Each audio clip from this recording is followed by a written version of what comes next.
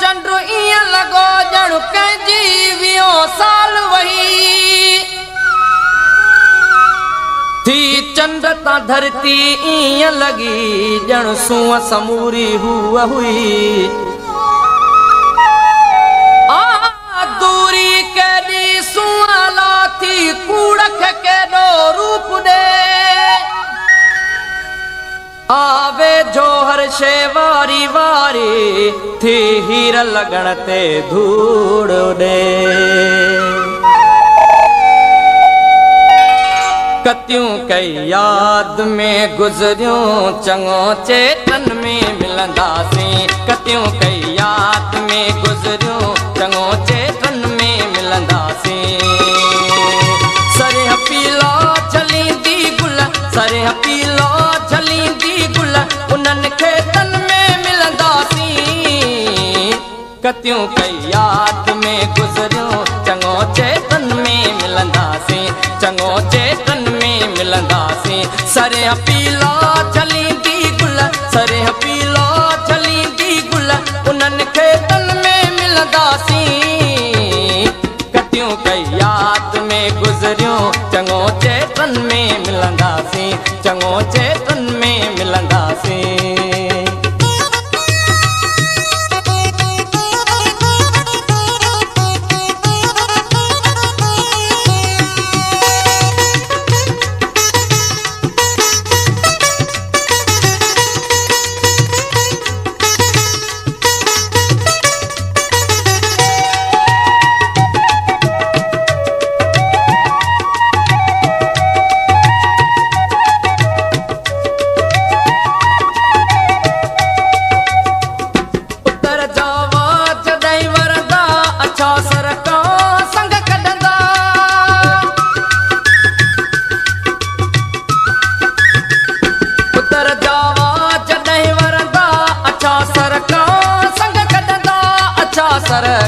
संग कढंदा इंदियूं जूंज ते कुण के उन्हनि के दिन में मिलंदासीं गुलशन सोनरो इंदियूं जूंज ते कुण के उन्हनि के दिन में मिलंदासीं सरिह पीला झलींदी गुल सरिह पीला झलींदी गुल उन्हनि खेतन में मिलंदासीं कतियूं कई याद में गुज़रियूं चङो चेतन में मिलंदासीं चङो चेतन में मिलंदासीं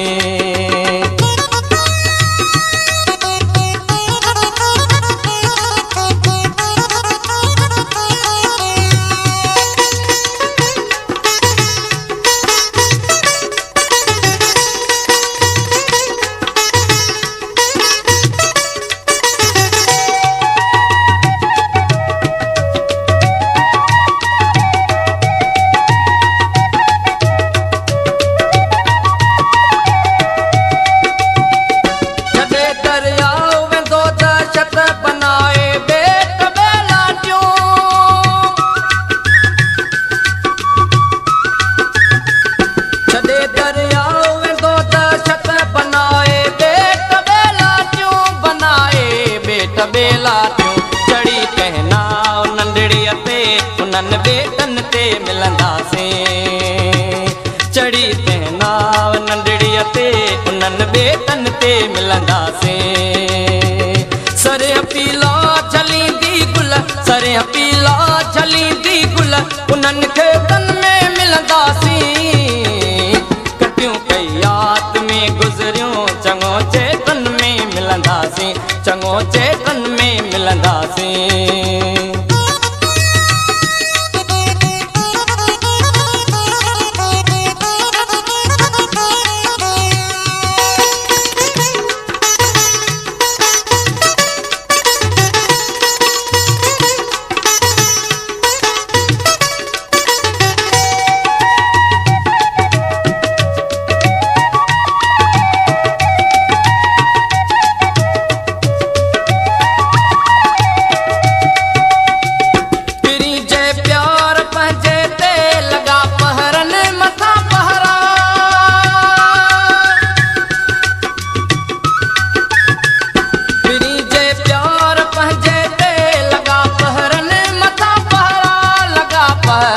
मथा पहरा